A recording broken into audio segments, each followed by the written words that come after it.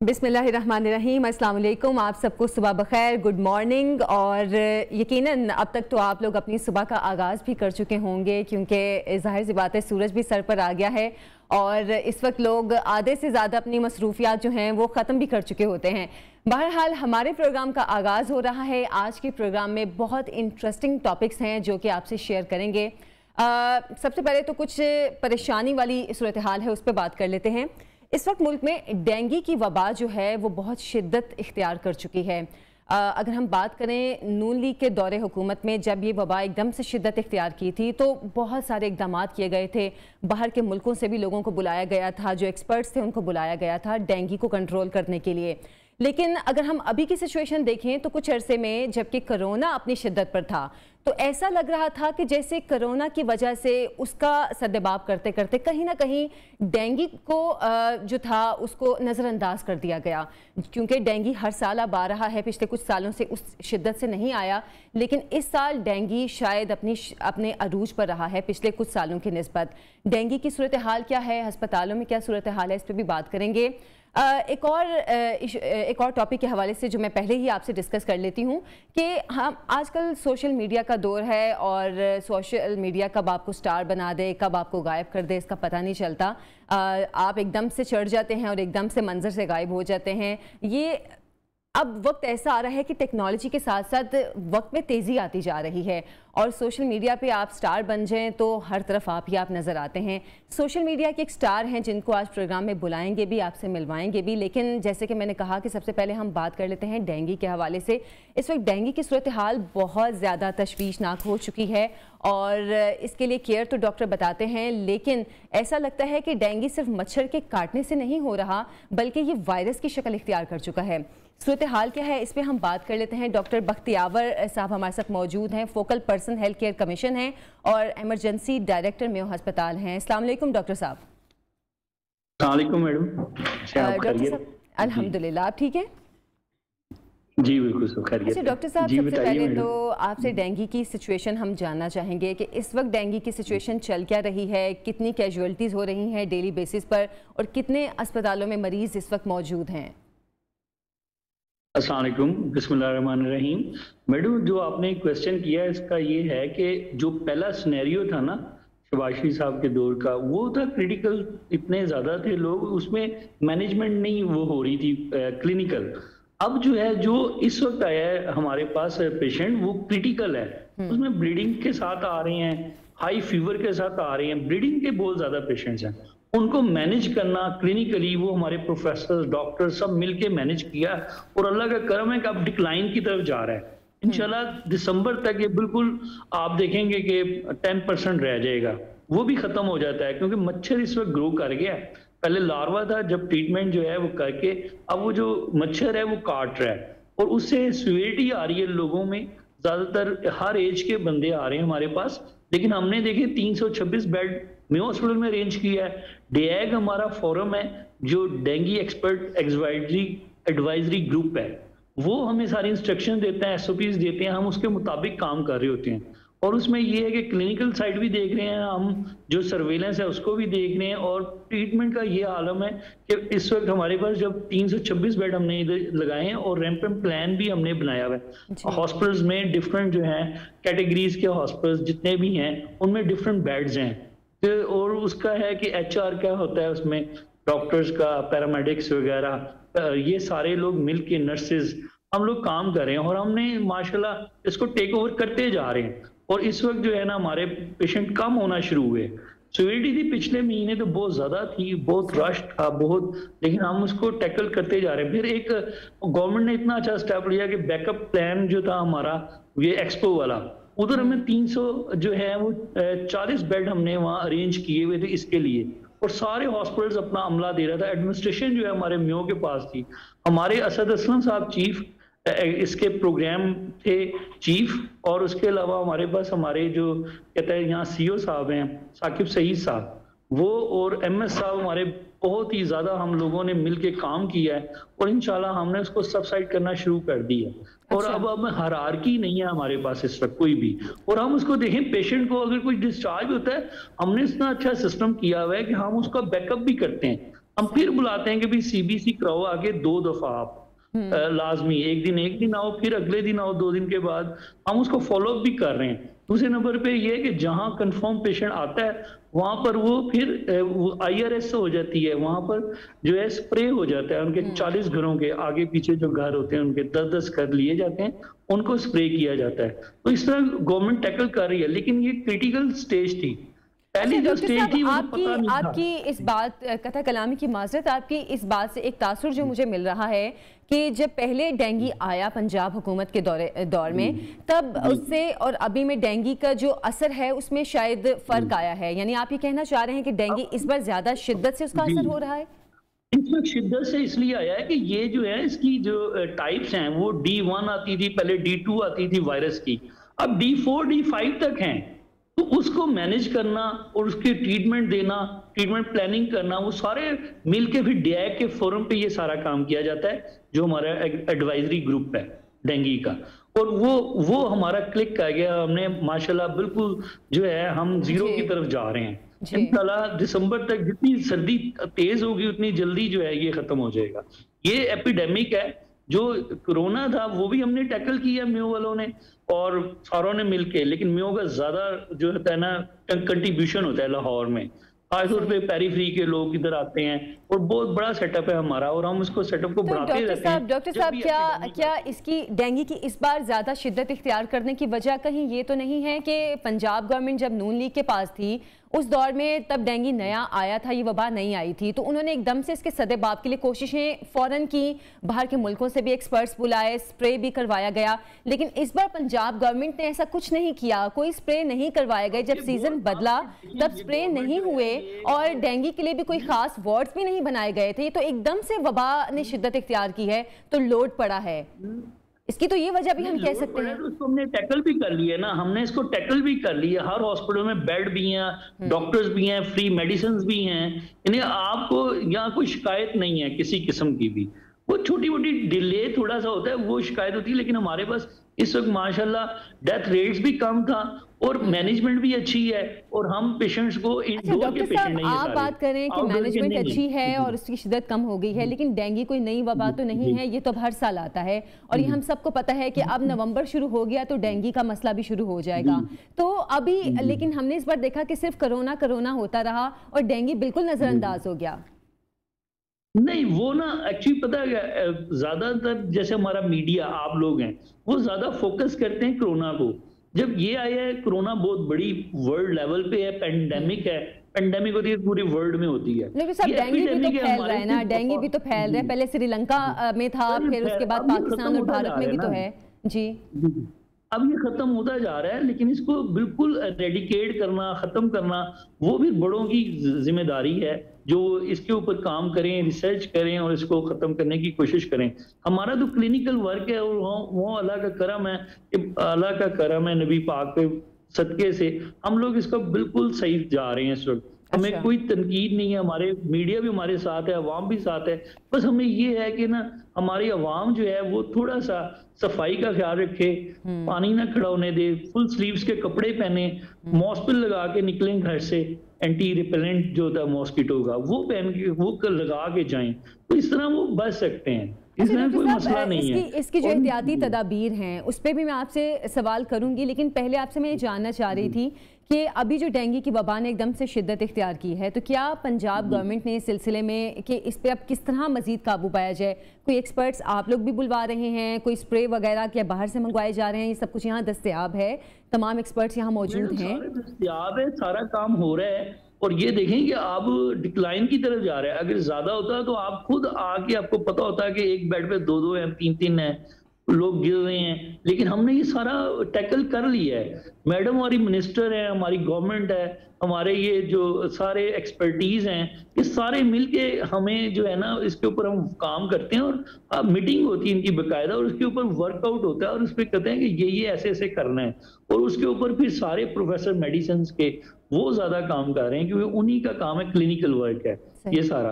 और क्लिनिकल जो है वो सेटअप जो है वो बड़ा अच्छा है, हर हॉस्पिटल्स में प्रोफेसर्स हैं असिस्टेंट प्रोफेसर हैं, एसोसिएट हैं, फिर पीजीआर है, और इनके ये अब एक्सपर्ट हमारी ये जो डॉक्टर्स हैं, पैरामेडिक्स हैं, नर्सिस हैं, ये बहुत एक्सपर्ट हो गए हैं। कोई भी एपिडेमिक आती है तो उसके लिए, और डेंगू के लिए काफी एक्सपर्टीज है हमारे पास। अल्लाह का करम है कि हम हर वबा को खत्म कर सकते हैं, लेकिन ये थोड़ा सा ये होता है जी। अच्छा डॉक्टर साहब, आपसे ये जानना चाहूंगी, तो आपको पता चलेगा कि ये कम हुआ है। अच्छा चलें, मुझे ये बताइएगा, हम इसके बारे में बात कर रहे हैं कि इसका इलाज अब किस तरह हो। पंजाब गवर्नमेंट ने इस सिलसिले में क्या किया है, क्योंकि हमने देखा है कि पिछले 1 माह में जो डेंगू को कंट्रोल करने के लिए पैनाडोल डॉक्टर दे रहे थे, वो पैनाडोल मार्केट से ख़त्म हो गई। उसका जो ऑल्टरनेट था पैरासीटामोल, वो भी ख़त्म हो गई। तो इसका कोई ऑल्टरनेट है क्या? मैडम, मैंने जो है ना, मेरी बेटी को जब हुआ था तो मैंने बाजार से खरीदा था। मैं हॉस्पिटल में भी हर चीज अवेलेबल है। आप देखें कि पैनाडोल की तो कमी कोई नहीं है किसी भी गवर्नमेंट सेक्टर में।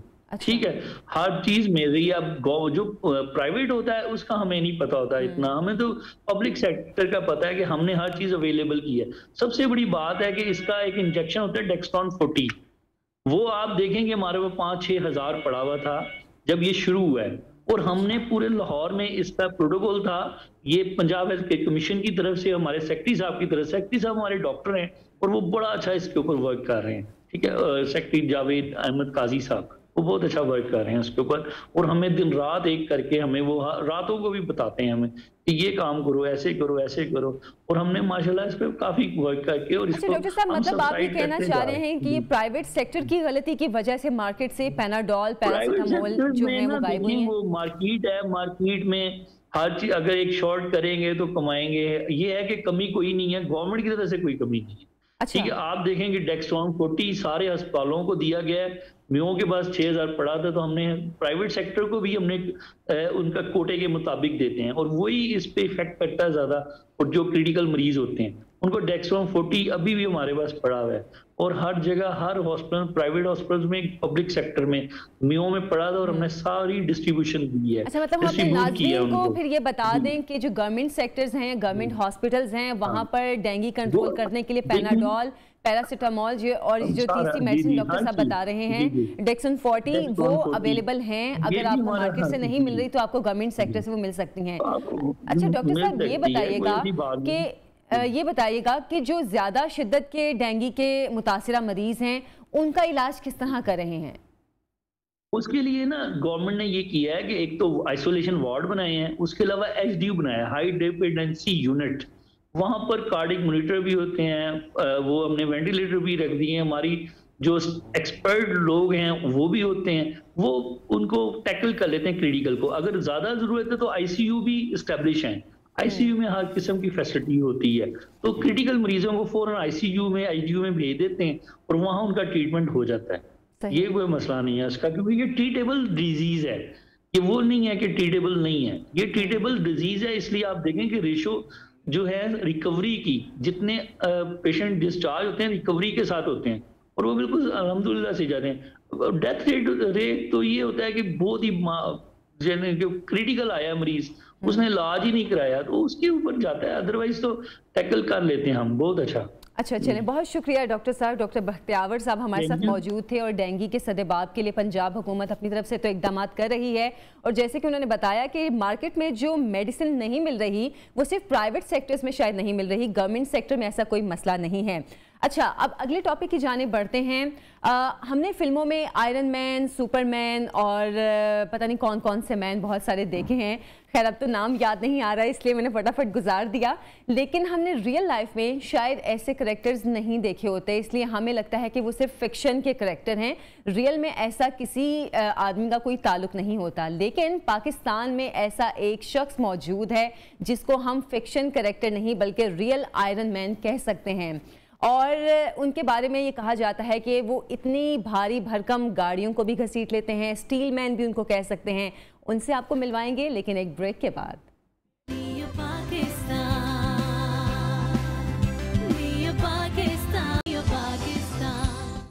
Welcome back. ब्रेक से पहले जैसे कि मैं जिक्र कर रही थी पाकिस्तान के आयरन मैन का, तो हमारे स्टूडियो में वो आयरन मैन आ गए हैं, उनसे आपको मिलवाती भी हूँ। रजब अली उनका नाम है। अस्सलाम वालेकुम रजब। अस्सलाम। खुश आमदीद कहती हूँ आपको प्रोग्राम में। सबसे पहले तो आप कराची से लाहौर पैदल आए हैं, इस पे आपको मुबारकबाद भी देती हूँ, प्रोग्राम में खुशामदीद भी दोबारा से कहती हूँ जी। थैंक्स। अच्छा रजब, ये कराची से लाहौर आने का ये कैसे आपने फैसला किया और क्यों किया? जैसे कि न्यूजीलैंड ने पाकिस्तान का दौरा किया है और कहा कि यहाँ सिक्योरिटी का इशू है, तो इसी की आगाही के लिए निकला हूँ ताकि उनको एक पैगाम दे सकूँ कि पाकिस्तान एक पुरअमन मुल्क है। तो इसलिए मज़ार कैद से लेकर लाहौर, लाहौर से फिर इस्लामाबाद का पैदल सफ़र है। अच्छा। अमन मुल्क है, तो इसी आगाही के लिए। अच्छा, कितने घंटे आपको लगे एक तो कराची से लाहौर आने में, बल्कि दिन कहना चाहिए क्योंकि पैदल आए हैं तो घंटों का तो जिक्र ही नहीं है, और मतलब एक तो दिन भी ये बताएगा कितने लगे और क्या मुश्किलात पेश आई आपको? जो दिन है 21 तारीख को वहाँ से रवाना हुआ था, 27 दिन बाद यहाँ लाहौर पहुँचा हूँ। मुझे रास्ते में कोई मुश्किलात नहीं, पाँव कुछ फट गए थे, छाले पड़ गए थे क्योंकि कराची के अंदर गर्मी बहुत ज़्यादा होती है, अभी भी गर्मी है वहाँ पे। अच्छा। तो पाँव पे छाले पड़ गए थे क्योंकि वतन से मोहब्बत है, तो इसकी आगाही के लिए निकला हूँ ताकि दूसरी कंट्री को आगाह कर सकूँ कि पाकिस्तान एक महफूज मुल्क है और आए यहाँ का विज़िट करें। सही। अच्छा, और आप कैसे सोते कैसे थे, खाना पीना कैसे करते थे? क्योंकि सफ़र में वैसी भूख भी ज़्यादा लगती है और पैदल सफ़र करें हो तो वैसे ही आपको भूख बढ़ा देता है, तो क्या खाना पीना, किस तरह नींद पूरी करना, किस तरह करते रहिए? ये बस जब फर्स्ट टाइम वहाँ से निकला था ना, तो एक होटल पे मैंने स्टे किया था। तकरीबन 50 किलोमीटर मैंने फर्स्ट डे को कंप्लीट किया था सफ़र। वहाँ पे होटलिंग की थी। मैंने कहा कि मैंने यहाँ रहना है, तो उन्होंने कहा है कि आप कौन हैं, आपके साथ बैग है? मैंने कहा मैं अमन के लिए निकला हूँ, पाकिस्तान एक पुरअमन मुल्क है, कराची से लेकर इस्लामाबाद का पैदल सफ़र है। तो उन्होंने भी नहीं लिए खाने के। तो उसके बाद यानी कि कोई मुश्किलात नहीं हुई ऐसी मेरे साथ, यानी कि रहने के लिए जगह भी मिल जाती थी। मैंने रात को भी सफ़र किया है, दिन को भी सफ़र किया है। माशाल्लाह जो कराची के लोग हैं बहुत अच्छे हैं। लोग कहते हैं ना कराची के अंदर दहशत गर्दी है, ऐसी कोई बात नहीं है। आए हमारे मुल्क का विजिट करें और देखें कि यहाँ कितना अमन है। और हमारे मुल्क के लोग जो हैं वो बहुत अच्छे मेज़बान भी हैं, और ख़ासतौर पर अगर आप किसी मकसद के लिए निकले हैं तो आपको वो बहुत अच्छी मेज़बानी भी करते हैं। अच्छा रजब, आपकी वीडियोस भी मैं देख रही थी, बहुत ख़तरनाक स्टंट आप करते रहे हैं। हम फिल्मों में तो स्टंट्स देखते थे, लेकिन रियल लाइफ में मेरा ख्याल है मैं पहली बार ही देख रही हूँ। ये दरख्त पे आप चढ़े हुए हैं, ये दरख्त पे क्या कर रहे थे आप?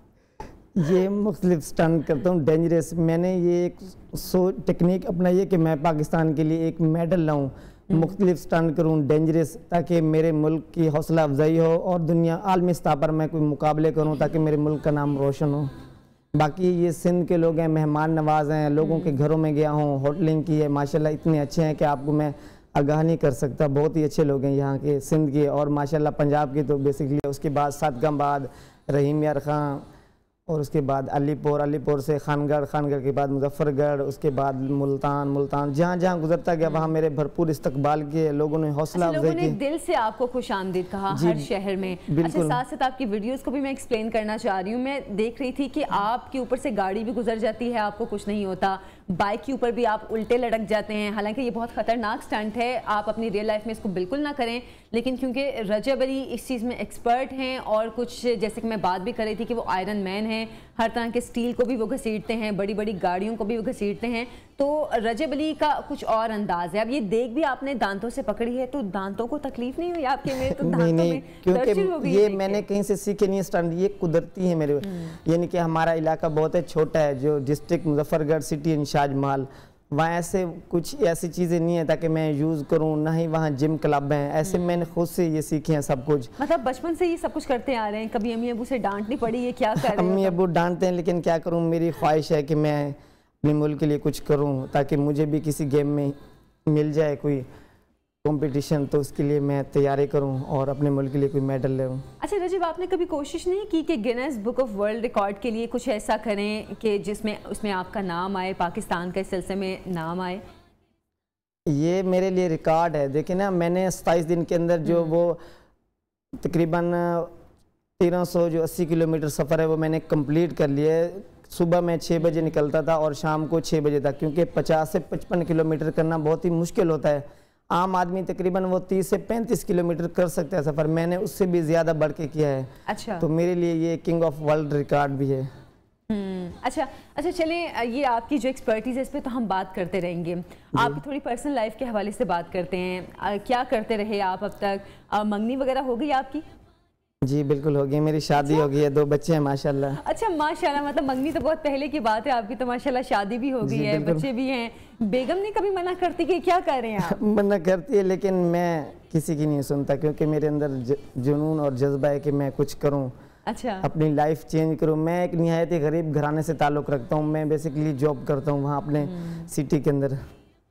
अच्छा, मतलब बेगम की भी नहीं आप सुनते, आपने अपने अम्मी अब्बू की भी नहीं सुनी, आपने अपनी मर्जी की है, तो बच्चों को भी क्या यही सिखाएंगे फिर? बच्चे भी यही करते हैं। मेरा छोटा बेटा है, तकरीबन उसकी उम्र है 3 से 4 साल, वो भी अभी से ही स्टंट करने लग गया। अब्बू को देखते हैं ना, घर में LED लगी हुई है, तो फ्लैश के अंदर वीडियोस वगैरह वो अपलोड है ना, तो वो देखते हैं, तो वो भी यही करते हैं। मेरा बेटा जो है, मैंने अम्मी से इजाज़त ली थी, अम्मी कह रही थी कि नहीं आप ऐसा ना करो। मैंने कहा मैं अपने मुल्क के लिए निकला हूँ, ताकि दुनिया को आगाह कर सकूँ कि पाकिस्तान एक से मुल्क है। आप यहाँ आएँ, विज़िट करें और देखें कि हमारा मुल्क कितना अच्छा है और मेहमान नवाज है। माशाल्लाह सिंध के लोग इतने अच्छे हैं कि मैं आपको आगाह भी नहीं कर सकता। लोग कहते हैं कि सिंध में अमन नहीं है, आप जाएं उधर का विज़िट करें। हमारे मुल्क के अंदर आप रनिंग भी कर सकते हैं और देखें कितना अमन है। ये दूसरी कंट्री के लोग जैसे होते हैं, इसराइल हो गया, इंडिया, मुख्तलिफ कंट्री के लोग हैं, वो हमारे मुल्क को ख़राब करना चाहते हैं, लेकिन हम ऐसा नहीं होने देंगे इंशाल्लाह। अच्छा रजब, आप इतने मुश्किल स्टंट करते हैं, ख़तरनाक स्टंट करते हैं, कभी ज़ख्मी नहीं हुए, कभी डर नहीं लगा कि मैं ऐसा करूँगा तो कहीं ऐसा ना हो जाए?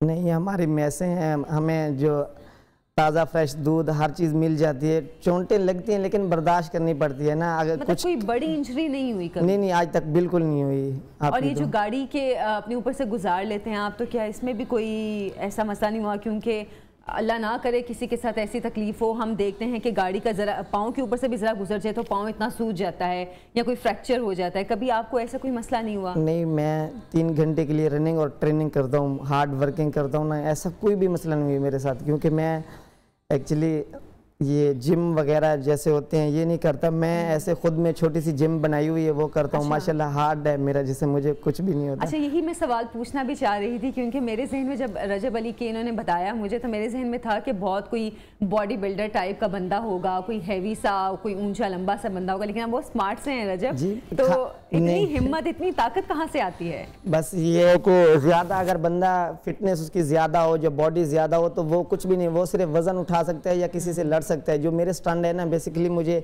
स्मार्ट रहना अच्छा लगता है, क्योंकि खाना पीना सब कुछ है, तो इसलिए मैं इसमें खाने पीने का कितना रोल है आपकी बॉडी को स्ट्रांग होने में? क्योंकि ये चीज़ें जाहिर से बात है, अगर जिम के लिए खाने पीने खुराक की ज़रूरत होती है तो इन चीज़ों के लिए भी तो ज़रूरत होती है। जी बिल्कुल, मैं जूस यूज़ करता हूँ मुख्तलिफ फलों का, और उसके अलावा जो है वो सरेकी में कहते हैं ना, हमारे यहाँ मक्खन और गाय का दूध, फ्रेश सारी चीज़ें गाँव से मिल जाती है ना, इसलिए यही चीज़ें हैं। और कोई भी खुराक नहीं है मैं नहीं यूज़ करता, बस लेकिन हफ्ते में 2 से 3 बार जैसे कीमा बनाती है अम्मी वगैरह, ये मिलता है बस। अच्छा, मतलब पूरे देसी खाने आप खाते हैं? जी, ताकि जी, सही आपको ग़िज़ाइयत भी मिले, आपकी बॉडी को इससे ताकत भी मिले, ताकि इस तरह के स्टंट करने में कोई मुश्किल पेश ना आए। तो रजब, कभी आपने सोचा नहीं कि जिस तरह के आप स्टंट कर रहे हैं कहीं फिल्मों में ट्राई करें या किसी ऐसे फ़ौज वगैरह की तरफ चले जाएं? क्योंकि फ़ौज के लिए भी आपको बहुत एक्टिव होना ज़रूरी होता है। जी बिल्कुल, जैसी ट्रेनिंग की है तो इंशाल्लाह मैं आपके दुआओं से SSG भी बन सकता हूँ, लेकिन अभी अप्लाई किया आपकी दुआओं से, इंशाल्लाह ये सफ़र जो होगा ये कंप्लीट करूँगा इंशाल्लाह। उसके बाद जो मेरा अगला टारगेट है, मैं दुनिया का चक्कर लगाना चाहता हूँ, पूरी दुनिया का साइकिल पे। तो इंशाल्लाह अगर मेरी हुकूमत सपोर्ट करे तो मैं पूरी दुनिया में पाकिस्तान का नाम रोशन करूँगा। अच्छा, ये चीज़ बहुत ज़रूरी है कि इन चीज़ों के लिए सपोर्ट की बहुत ज़रूरत होती है, क्योंकि हम में से हर कोई अफोर्ड नहीं कर सकता कि हम लोग इतने लंबे लंबे सफ़र करें। अब जैसे कि रजब कह रहे हैं कि वो साइकिल पे जाना चाह रहे हैं, तो यकीनन इसके लिए रास्ते में स्टे करना, खाना पीना, इन सब चीज़ों के लिए बहुत मदद की ज़रूरत होती है, चाहे कोई भी हो। तो इसके लिए सपोर्ट बहुत ज़रूरी होती है। और यकीनन अपने प्रोग्राम के तवसत से हम अपील भी करेंगे गवर्नमेंट से कि जैसे रजब चाह रहे हैं कि सिर्फ पाकिस्तान का नाम रोशन करने के लिए, पाकिस्तान का एक दुनिया में नाम बनाने के लिए सब कुछ कर रहे हैं, तो इसके लिए इनकी सपोर्ट ज़रूर की जाए। अच्छा रजब, आगे आपके क्या इरादे हैं? क्योंकि अभी आप कराची से लाहौर आए हैं, अब इसके बाद आप कहाँ जाना चाहेंगे? मज़ीद अपने सफ़र को कितना बढ़ा रहे हैं आप?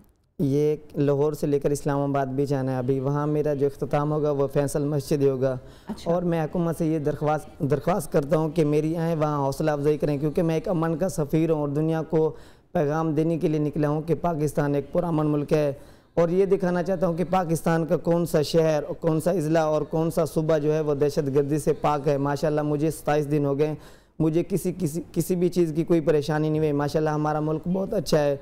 लोग कहते हैं कि आपको स्टे के लिए मुश्किलात होंगे, ऐसी कोई भी इशू नहीं हुआ। लोग माशाल्लाह इतने अच्छे हैं कि मैं आपको आगाह भी नहीं कर सकता। लोग पहले से मौजूद होते हैं, कहते हैं कि ये आयरन मैन आ रहा है, माशाल्लाह हमारे मुल्क के लिए निकला हुआ है। तो माशाल्लाह मुझे किसी भी चीज़ की कोई भी परेशानी नहीं है, लेकिन पाँव फट गए थे, 3 दिन चलता रहा फिर छालों के साथ। तो इंशाल्लाह आपकी दुआओं से इस मकसद पे पहुंचे। किस तरह आपने अपने सफ़र को आगे कंटिन्यू किया, क्योंकि आपने कहा आपके पाँव भी छाले बन गए, पाँव फट गए, ये तो बहुत तकलीफ हो जाता है पैदल चलना। फिर मैंने कहा ये जितना जल्द से जल्द हो सकेगा सफ़र ये कंप्लीट करूँगा। बस मैं अपने वतन से बहुत मोहब्बत करता हूँ, तो इसी आगाही के लिए निकला हूँ कि दुनिया को दिखा सकूँ। मुझे ये तकलीफ़ें कुछ नहीं देती, लेकिन अपने वतन से मोहब्बत है, तो इसी आगाही के लिए मुझे जो कुछ भी हो जाए, लेकिन अपने वतन के लिए जान देने को भी तैयार हूँ। अच्छा, घर वालों से साथ साथ रब्ता रहता है? वो कुछ कहते हैं कहाँ पहुँचे हो? क्योंकि हम अगर ज़रा सा देर हो जाए तो घर वाले कहते हैं अभी आए नहीं, कहाँ गए हो, कहाँ पे हो। तो आपसे साथ साथ रब्ते में रहते हैं दोस्त, घर वाले क्या कहते हैं? वो दोस्त रहते हैं, लेकिन घर में ज़्यादा मैं कॉल नहीं करता, क्योंकि अम्मी फिर रोने लग जाती है। मैंने कहा नहीं अम्मी, यहाँ इतनी मोहब्बतें मिल रही हैं, लोग अच्छे हैं, तो घर वालों की याद भी नहीं आती। घर से भी ज़्यादा यहाँ मोहब्बत मिल रही है मुझे। रास्ते में लोग इतने अच्छे, कोई जूस लेके आ रहा है, कोई पानी लेके आ रहा है, मुख्तलिफ़ चीज़ें मुझे मिलती हैं। मुझे बिल्कुल भी किसी भी किस्म की कोई परेशानी नहीं होती घर वालों के लिए। और अम्मी से बात हो जाती है दिन में 1 से 2 बार। तो अब जो आप कह रहे थे कि आप जॉब करते हैं, तो अब आप अगर इस सफ़र पर निकले हैं तो क्या वो आपकी जॉब के लिए कोई मसला नहीं होगा? नहीं, मैंने उनसे छुट्टी ली है 1 माह के लिए। अच्छा। वैसे बर्तनों की शॉप है, वहाँ सेल्समैन हूँ। 15,000 सैलरी मिलती है, तो घर का कुछ निज़ाम जो है वह चल जाता है। अपने ऊपर भी कुछ खर्च करता हूँ और घर के लिए भी, तो ऐसा कोई इशू नहीं। इंशाल्लाह ये जो इसका अच्छा रिजल्ट निकलेगा, लोग देख रहे हैं जो मुझे, तो माशाल्लाह मुझे अपने तरफ से इन्वाइट करेंगे इंशाल्लाह मुझसे। अच्छा, चलें हम भी ये दुआ करते हैं, जैसे कि मैंने कहा अपने प्रोग्राम के थ्रू हम भी उन लोगों से जो मुखय्यर हजरात हैं, जो साहिब हैसियत हैं, उनसे ये अपील भी करते हैं कि रजब एक अच्छे काम के लिए निकले हैं, पाकिस्तान का नाम रोशन करना चाहते हैं। और जैसे कि उन्होंने कहा कि वो दुनिया को ये बताना चाहते हैं कि पाकिस्तान पुराना मुल्क है, तो इस सिलसिले में वो निकले हैं और उनके पाँव पे छाले भी बन गए और उन्होंने फिर भी अपना ये सफ़र जारी रखा। तो हम उनसे अपील करेंगे कि रजब अली की ज़रूर मदद करें ताकि वो अपने सफ़र को जारी रख सकें। रजब, आपका बहुत शुक्रिया, आप हमारे प्रोग्राम में तशरीफ़ लाए हैं। अगले टॉपिक के हवाले से बात करूंगी, लेकिन अभी एक ब्रेक का टाइम हुआ है। ब्रेक से वापस आएंगे और गुफ्तगू का सिलसिला आगे बढ़ाएंगे। आप हमारे साथ रहिए।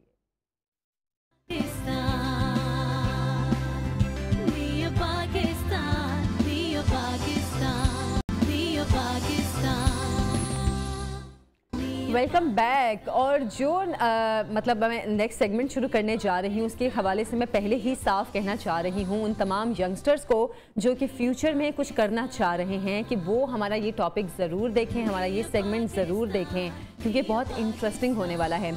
लेकिन इस सेगमेंट को शुरू करने से पहले मैं एक छोटा सा एक वाक़या आपसे बयान करना चाह रही हूँ कि एक मरतबा मैंने कहीं पढ़ा था कि जो यहूदी हैं, ज्यूज़ हैं, वो अपने बच्चों की बचपन से ही बहुत स्टार्टिंग एज से ही ट्रेनिंग ऐसी करते हैं, उनको ऐसा पढ़ाते और सिखाते हैं कि वो बड़े होकर बिज़नेस करने वाले बने, बिजनेसमैन बने या एंटरप्रेन्योर बने। वो जॉब सीकर ना बने, कहीं जाएं तो बजाय जॉब के लिए यहाँ धक्के खाते फिरें, वो खुद जॉब दें लोगों को। तो उनकी ऐसे ट्रेनिंग की जाती है कि वो बचपन से ही ये चीज़ें सीखें कि उन्होंने बड़े होकर बिजनेसमैन बनना है। इसलिए हम देखें दुनिया की जितनी बड़ी कंपनीज़ हैं उन पे या तो यहूदी छाए हुए हैं या वो किसी दूसरे रीजन के लोगों के पास हैं। बहरहाल मुसलमान उसमें बहुत कम हैं, ये मैं कहना चाह रही थी। आज का सेगमेंट मैं शुरू करती हूँ और ये बात करना चाह रही हूँ कि हमारे मुल्क में टैलेंट तो बहुत है, लेकिन हम में से बहुत से लोगों को अपने टैलेंट का पता नहीं होता। इसलिए हम कहीं ना कहीं खेल कूद में या यहाँ वहाँ की एक्टिविटीज़ में, सोशल मीडिया में अपना टैलेंट ज़ाया कर देते हैं। लेकिन एक बहुत ही टैलेंटेड, बहुत ही यंगस्टर हमारे प्रोग्राम में आज आए हैं और अवैस रज़ा उनका नाम है। अवैस, सबसे पहले प्रोग्राम में आपको खुशामदीद कहूँगी। मैंने आपका इंट्रो बिल्कुल नहीं करवाया कि आप कौन हैं, क्या करते हैं, अब मैं इसके बाद करवाऊँगी। अच्छा जी, अवैस जो हैं वो सबसे पहले तुमको मैं ये तारुफ करवा दूँ कि पाकिस्तान में गूगल के ऑफिशियल यंगेस्ट पार्टनर हैं वो, और इसके अलावा अवैस वो शख्स हैं जिन्होंने 10,000 से 1 करोड़ रुपया कमाया। वो अपनी मेहनत से कमाया, उनको पता था कि उन्होंने किस तरह आगे पढ़ना है, किस तरह आगे बढ़ना है, क्या करना है। तो सबसे पहले कि अवैस आपकी एजुकेशन क्या है कि आपने 10,000 से 1 करोड़ कमा लिया, कैसे कमा लिया? हम तो सोचते रह जाते हैं, हमारे यहाँ पे तो लोग साल में 10,000 नहीं कमा पा रहे होते। I am still a drop out, college drop out, I am a college drop out.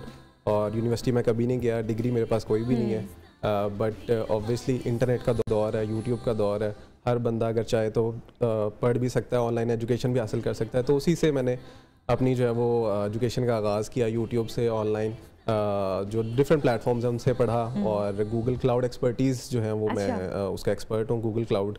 और उसके बाद मैंने जो है वो गूगल के साथ पार्टनरशिप के ऊपर काम करना शुरू किया, और विदाउट एनी डिग्री और एनी कन्वेंशनल एजुकेशन में। मतलब हम जैसे देखते हैं कि दुनिया के जितने बड़े बड़े बिजनेसमैन हैं वो बिल्कुल स्कूल से निकले होते हैं, कॉलेज से निकले होते हैं, और हम अक्सर ये सुनते हैं कि फलानी बड़ी कंपनी का जो मालिक था उसने तो अपनी एजुकेशन भी कंप्लीट नहीं की। तो मतलब हम आपको फ्यूचर में किसी बड़ी कंपनी का मालिक कह सकते हैं? Hope so. इंशाल्लाह। तो किस तरह सारा सफर चला आपका, क्या मुश्किलात पेश आई? Basically I started my career when I was very young, I was 16, और मैंने एक प्राइवेट आईटी कंपनी के अंदर वो अपनी जॉब का आगाज़ किया।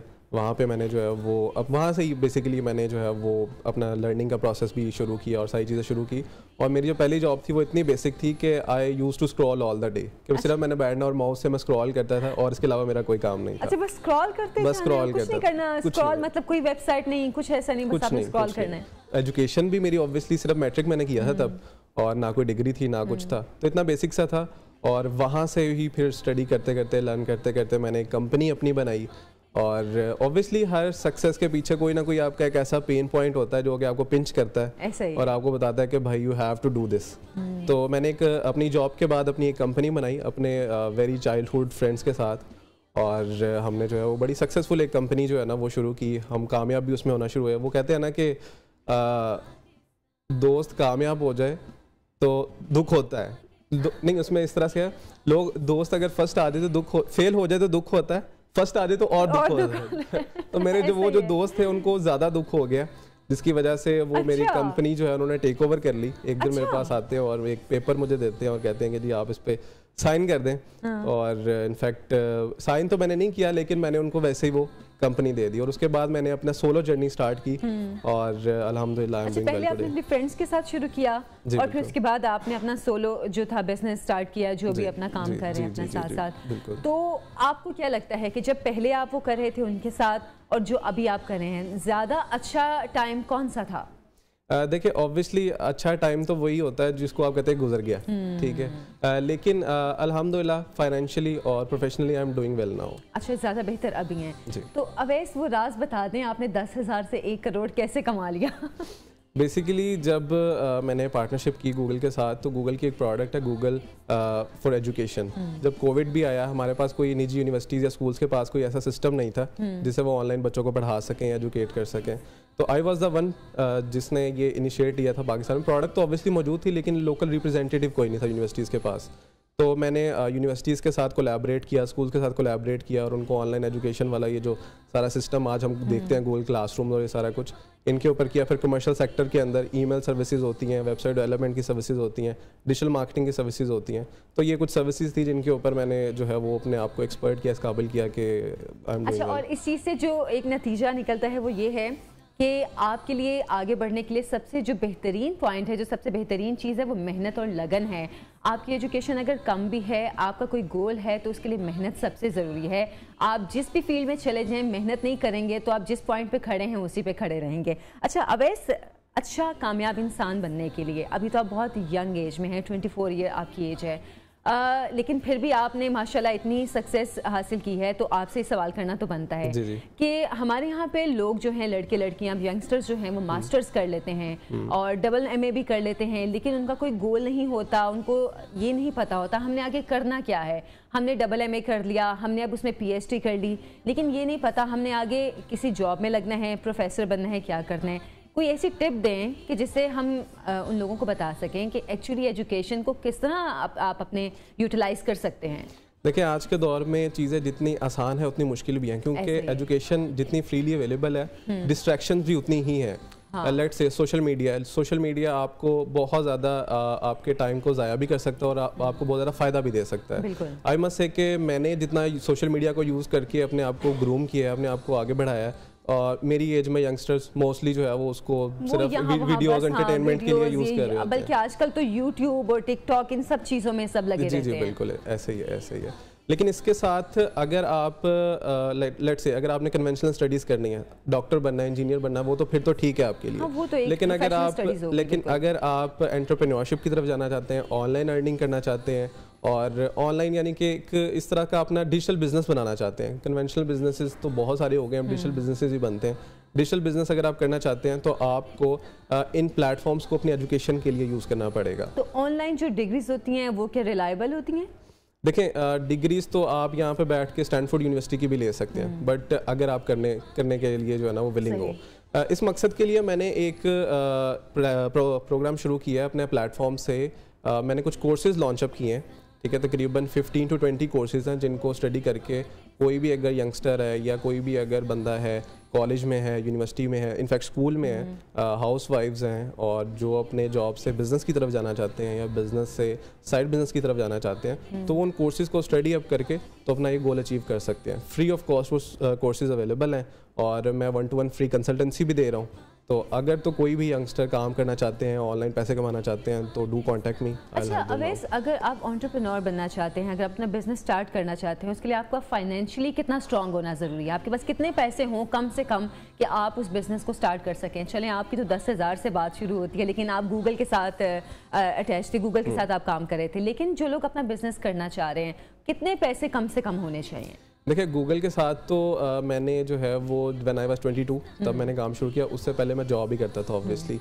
लेकिन इससे हम लोग एक कनेक्ट ये ले सकते हैं कि आपको फाइनेंशियल इतना स्ट्रांग होने की या फाइनेंशियल आपको किसी भी चीज़ की ज़रूरत नहीं है। मैंने कोई इन्वेस्टमेंट नहीं किया, कोई कुछ नहीं किया, सिर्फ आपके पास विल पावर होनी चाहिए, मेहनत करने का टाइम होना चाहिए आपको। आप मेहनत कर, बेसिकली दो चीज़ें होती हैं, या आप टाइम लगाएं या पैसा लगाएं।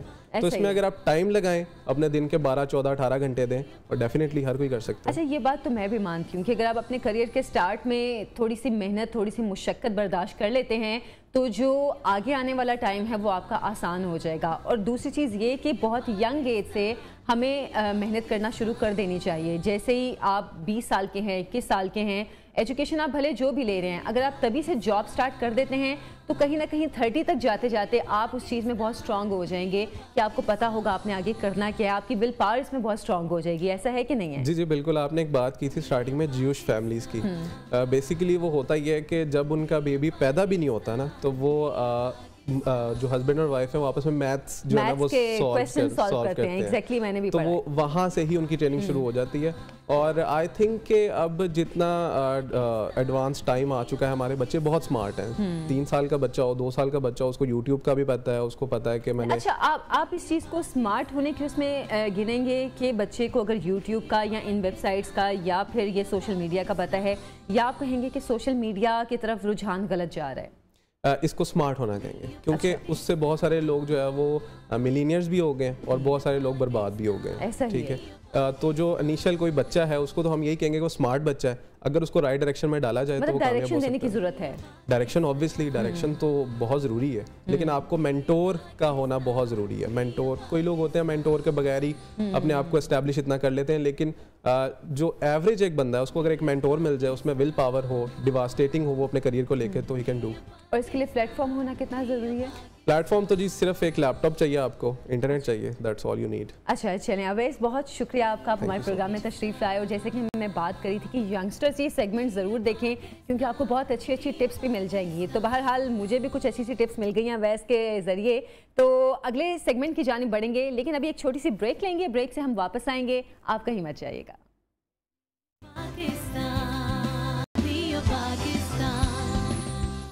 वेलकम बैक नाज़रीन। पहले कुछ सालों पहले, बल्कि बहुत सालों पहले बात करनी चाहिए कि 80s में या 90s में या फिर उसके बाद जब सिर्फ एक ही चैनल होता था, तब ऐसा होता था कि लोगों में अगर टैलेंट होता था तो बहुत कम लोगों को मौका मिलता था कि वो आगे आएँ, अपना टैलेंट दिखाएं। यानी अगर हम ये बात करें कि प्लेटफॉर्म इतने ज़्यादा नहीं थे तो गलत नहीं होगा। तो बहुत टैलेंटेड लोग हैं हमारे मुल्क में, लेकिन हर किसी को मौका नहीं मिलता था। फिर कुछ सालों बाद चैनल्स आना शुरू हुए, कुछ एंटरटेनमेंट के भी चैनल आए, न्यूज़ के भी चैनल आए, तो कुछ लोगों को मौका मिलना भी शुरू हो गया। लेकिन फिर भी हमने देखा कि सिफारिश का बहुत दौरा रहा। और अगर आपके पास सिफारिश है तो आप आगे आ सकते हैं, नहीं है तो आप अपने टैलेंट के साथ पीछे ही बैठे रहें। ऐसा हुआ है। अच्छा, अब टाइम बदल चुका है, अब टाइम है सोशल मीडिया का। सोशल मीडिया आपको रातों रात ऐसे आसमान पे पहुंचा देता है कि शायद आपने खुद भी तसव्वुर ना किया हो। आप में टैलेंट है, जैसे कि मैं बार बार बात कर रही हूँ, अगर आप में कोई टैलेंट है और आप सोशल मीडिया पे अपनी कोई भी वीडियो बना के लगा देते हैं तो वो रातों रात ऐसे मशहूर हो जाती है, आपको स्टार बना देती है। आज जो हमारे प्रोग्राम में शख्सियत हैं, जो गेस्ट हैं, वो भी सोशल मीडिया के स्टार हैं, उनसे आपको मिलवाऊंगी, लेकिन पहले मैं आपको उनकी वीडियो दिखाना चाहती हूँ। तो पहले आप उनकी वीडियो देख लें, क्योंकि वीडियो हमने बहुत ढूंढ के निकाली है और उन जो सोशल मीडिया के स्टार हैं उनको भी हम बहुत ढूंढ के लेकर आए हैं। तो पहले आपको वीडियो दिखाते हैं।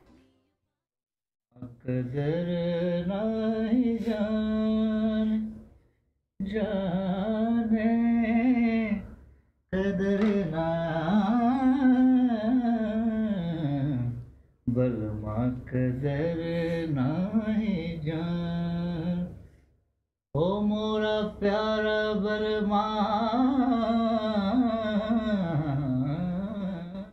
तो वीडियो आपने देखी और उनका गाना भी आपने सुना। शहराज अली हमारे साथ मौजूद हैं और जैसे कि मैं बात कर रही थी कि अब तो सोशल मीडिया का ज़माना है, आप में टैलेंट है, आप अपनी वीडियो अपलोड कर दें तो आप रातों रात मशहूर होते हैं। तो शहराज की भी वीडियो ऐसे ही वायरल हुई है। शहराज, अस्सलाम वालेकुम, प्रोग्राम में आपको खुशामदीद कहती हूँ। कैसे हैं आप? जी शुक्र अल्लाह, आप कैसे हैं? ठीक हैं? मैं ठीक हूँ अल्हम्दुलिल्लाह। बहुत प्यारा गाना आप गा रहे थे, वीडियो कैसे सोशल मीडिया पे चली गई?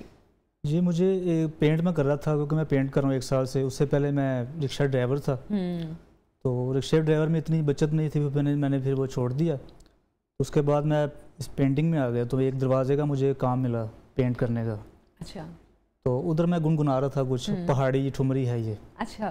तो उन्होंने कहा यार आपकी आवाज़ बहुत अच्छी है, तो उन्होंने मेरी एक वीडियो बनाई और सोशल मीडिया पे फेंक दी। अच्छा, आपसे बात आगे करने से पहले मैं बता दूं कि शहराज रंग साज हैं, घरों में रंग करते हैं, लेकिन साथ साथ उनकी आवाज़ इतनी खूबसूरत है कि देखें आप किस तरह वो रातों रात उनकी वीडियो वायरल हुई है। तो अच्छा शहराज, आप बता रहे थे। जी, और उसके अलावा मैंने बचपन से मुझे शौक था गाने का, और मैंने उस्ताद हुसैन बख्श गुल्लू खान साहब हैं पटियाला घराने से, उनसे मैंने सीखा हुआ क्लासिकल म्यूजिक। अच्छा, आपने सीखा भी हुआ है? सीखा भी हुआ है माशाल्लाह। मतलब आप तो सीखे सिखाए गुलकार हैं और आप रंगसाजी कर रहे हैं। जी, बस अल्लाह का ये एक बड़ा दिया हुआ है कि मेरे पास इनाम है सुर जो है। और मैंने 2017 में पूरे पंजाब में से एक talent hunt, CM talent hunt program था, उसमें मैंने फर्स्ट पोजीशन हासिल की थी। अच्छा। अलमराड काउंसिल में। ये तो आप मुझे वक्फे से हैरान कर रहे हैं कि मतलब आपने गुलकारी सीखी भी है, आपने टैलेंट हंट प्रोग्राम में भी पार्टिसिपेट किया हुआ है और आप वहाँ से जीते भी हैं। तो ये तो बड़ी अच्छी बात है, आप अपने बारे में बता रहे हैं। तो फिर आप क्यों इस फील्ड की तरफ नहीं आए?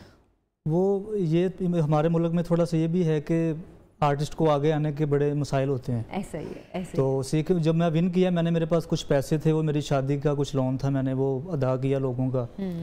उसके बाद फिर आगे मुझे किसी ने प्रमोट नहीं किया, उसके बाद इसमें अफसुर्दी की वजह अफसुर्दा हो गया मैं काफ़ी। उसके बाद फिर मैं अपनी मेहनत की तरफ आ गया, इसमें मुझे आपका बहुत शुक्रगुजार करता हूँ, आपके चैनल्स का, आपकी टीम का, जिन्होंने मुझे यहाँ पे आने का मौका दिया। अच्छा, ये बात जैसे कि मैं कह रही थी कि हमारे लोगों को प्लेटफॉर्म नहीं मिलता। आप जितने भी टैलेंटेड हों तो प्लेटफॉर्म बहुत मुश्किल से मिलता है, लेकिन सोशल मीडिया बजाते खुद एक ऐसा प्लेटफॉर्म बन चुका है कि अगर आप में कोई टैलेंट है और वो टैलेंट लोगों की नज़रों में आ जाए तो आपको रातों रात सोशल मीडिया पे मशहूर कर देता है। और शहराज की भी ये वीडियो मैंने कहीं देखी, तो फिर मैंने हमारी टीम से कहा कि ये वीडियो देखें, इसको निकालें और इस बंदे को ढूंढें। तो फिर वो शहराज को ढूंढ कर लेकर आए हैं। तो शहराज, क्या मतलब कितने अरसे से आप ये रंगसाजी का काम कर रहे हैं? और आपने बताया पहले रिक्शा भी चलाते थे, किस तरह गुजर बसर होती है? जी, 4 साल पहले मैं रिक्शा चलाता था, 4 साल में रिक्शा चलाया। उसके बाद मुझसे वो चला नहीं जा रहा था, फिर मैंने उसको छोड़ दिया। फिर मैंने कुछ पेंटिंग का काम सीखा हुआ था, मैं उस पर फिर मैं आ गया, तो अभी तक मैं इसी में हूँ। तो अच्छा। बड़ी दुआएं करता था। मेरी एक बेटी भी है 3.5 साल की, मैं शादीशुदा हूँ। तो मुझे वो कागज़ फाड़ फाड़ के देती, पापा ये आप ऐसे हैं, आप लो। मैंने कहा आपकी सुनेगा, चले मेरी बेटी की सुन लेगा। तो आपको यहाँ पे आने का मुझे मौका दिया। अच्छा, आपके चैनल में। शहराज, अभी तो आप बता रहे थे कि वो कोई पहाड़ी सॉन्ग था जो आप गा रहे थे, कोई हमें गाना अच्छा सा अपनी आवाज़ में सुनाए। वो तो हमने सुन लिया, कुछ और सुनाए हमें। सजाद अली साहब का गाया हुआ। अच्छा, आप उनके फैन लगते हैं? जी, मैं फैन उनका बहुत बड़ा। वो अपने काम के मुनफरिद आदमी हैं। वो बिल्कुल मुनफरिद वो सिंगर हैं और उनका गाना हर गाना ही मुनफरिद होता है। ऐसी बात है। अच्छा जी। साहिल पे खड़े हो तुम्हें क्या गम, चले जाना। साहिल पे खड़े हो तुम्हें क्या गम, चले जाना। मैं डूब रहा हूँ अभी, डूबा तो नहीं हूँ। मैं डूब रहा हूँ अभी डूबा तो नहीं हूँ, ऐ वादा फरामोश मैं तुझ सा तो नहीं हूँ, हर जुल्म तेरा याद है भूला तो नहीं हूँ, ऐ वादा फरामोश मैं तुझ सा तो नहीं हूँ, हर जुल्म। अच्छा, बहुत ज़बरदस्त आपने गाया। और जैसे कि हम बात करते हैं कि गाने में सुर और लय होना बहुत ज़रूरी है, तो माशाल्लाह आपकी आवाज़ में तो हर चीज़ है, सुर भी है और लय भी है। शायद इसकी वजह ये भी है कि आपने सीखा हुआ भी है। तो शहराज, कब आपने सीखा, कितना अरसा सीखा और क्या सोचा था कि आप सिंगर बनेंगे? क्या किस सोच के साथ आपने सब कुछ म्यूजिक सीखा? जब मैं स्टूडेंट था ना, स्कूल में पढ़ता था, तो जब मैं वापस आता था तो अपना बैग जो बुक्स वाला था मैं रख देता था, और खाना पीना तो मुझे याद नहीं होता था, सिर्फ मैं म्यूज़िक सुनता था। और मैं मेहदी हसन साहब को, उस्ताद हुसैन बख्श गुल्लू खां साहब को, मैडम जी को, इनको बड़ा सुनता था। तो फिर मेरे जो हुसैन बख्श गुल्लू खां साहब हैं, वे मुझे बड़े आइडियल हैं मेरे, वो क्लासिकल म्यूज़िक के। तो मैंने उनसे मैंने अपने पापा से कहा, पापा मुझे आप इनके शागिर्द करवाएं। उन्होंने फिर बड़े अच्छे तरीके से मेरी शागिर्दी करवाई। अच्छा। और फिर मैं उनके घर में जाता रहूँ, उधर से फिर मैंने क्लासिकल म्यूजिक सीखी, और अपने घर में भी मैं प्रैक्टिस करता हूँ। मुझे जब पता कि मैंने इधर जाना है, मुझे आपकी कॉल है चैनल से, तो मैं पिछले 4 दिन से सुबह 7 बजे उठ के घंटा 1.5 घंटा में रियाज करता था। अच्छा, माशाल्लाह। मतलब आप तो इतने ज़्यादा एक्साइटेड थे कि आप उसके लिए पूरी ट्रेनिंग कर रहे थे। तो बकायदा सुबह अगर आगा मियाँ की टोडी, उसका मैं रियाज करता था। अच्छा। अच्छा शहराज साहब की जब ये वीडियो वायरल हुई है, क्योंकि हमने भी जाहिर है आपको सोशल मीडिया के थ्रू ही देखा, जैसे मैं बात करी थी, अब तो सोशल मीडिया बजाते खुद एक प्लेटफॉर्म है, कैसा लोगों का रिस्पॉन्स आया आपको? जी, मेरे रिलेटिव बहुत खुश, मेरे माँ बाप पेरेंट्स बहुत खुश थे, मेरी वाइफ बहुत खुश थी कि आपको एक अच्छा मौका मिला है, तो आप ज़रूर जाएं। अभी मुझे कॉलें आ रही थी कि आप पहुँच गए अभी, कि मैंने कहा जी मैं पहुँच गया हूँ, तो आप गाने की तरफ फोकस कीजिएगा आप। अल्लाह ताला आपको कामियाब करें। बहुत सी दुआएं लेके मैं अपने इंशाल्लाह अल्लाह ताला आपको कामयाब करें। मैं पहले कुछ और सुनाएं, फिर मैं आपसे कुछ और पूछूंगी। एक आरफाना कलाम है बाबा बुल्ले शाह का।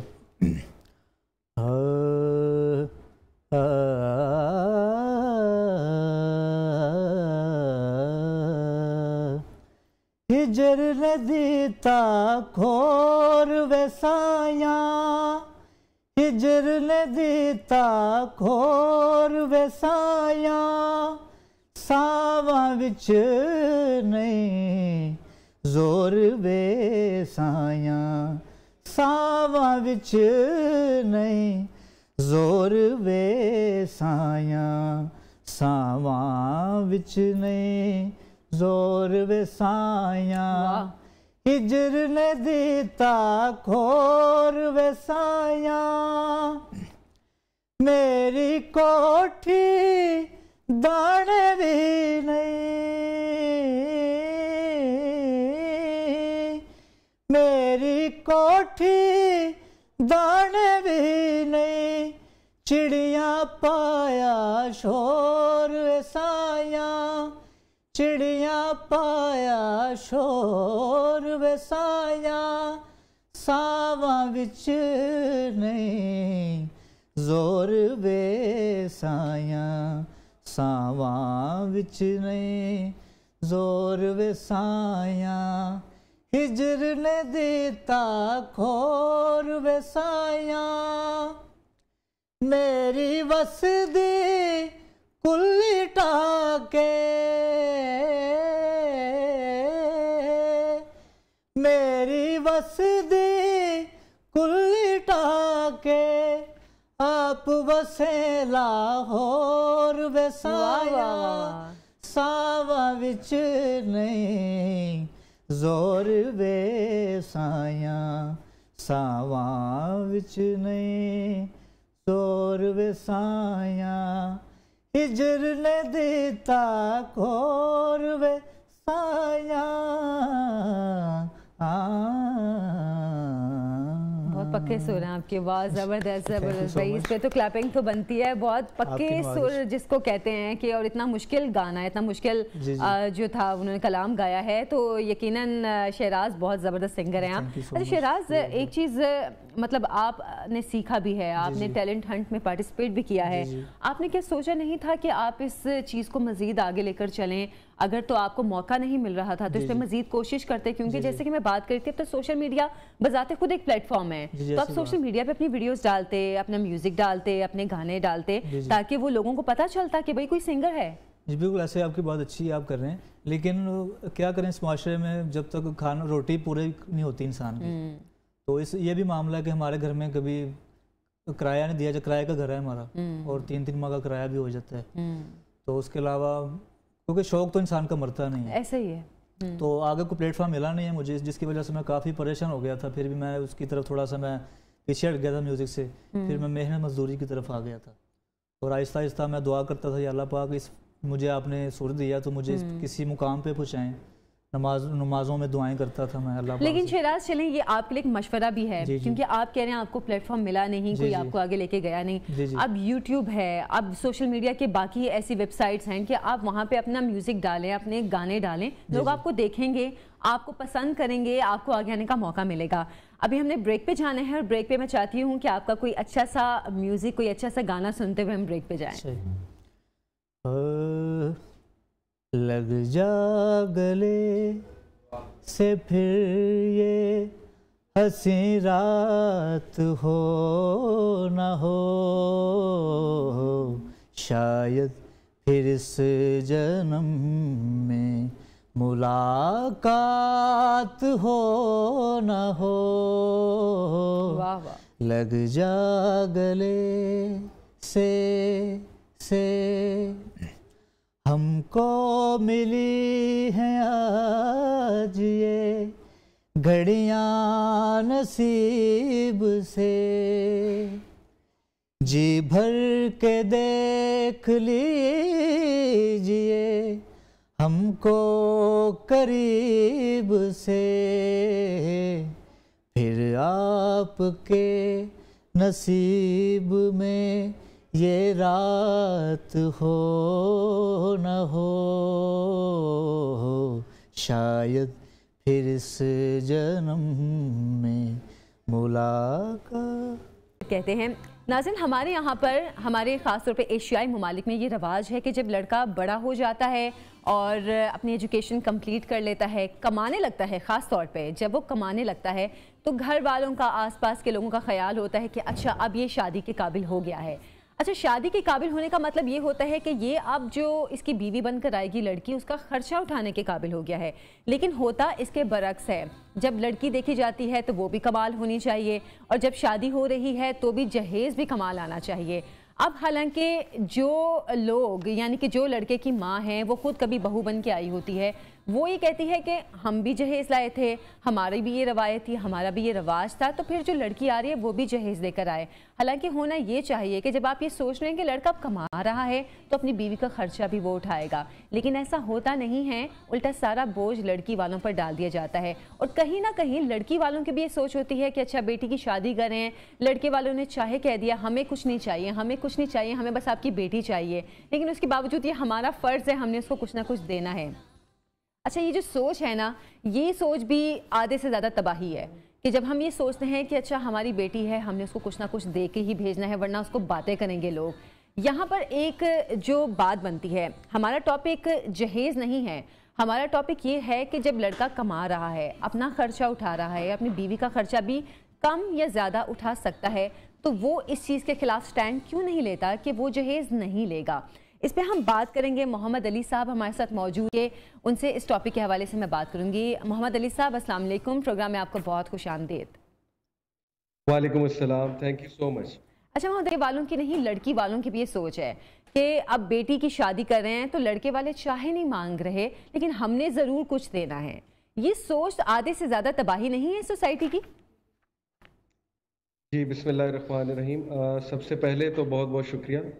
देखें, जो आपने बात की, असल में हमारा कल्चर बहुत ज़्यादा इन्फ्लुएंस्ड है हिंदू कल्चर से, और रूट कॉज ये है कि हम दीन को पढ़ते नहीं है, क्योंकि दीन हमारी टू बिगिन विद प्रायोरिटी ही नहीं है।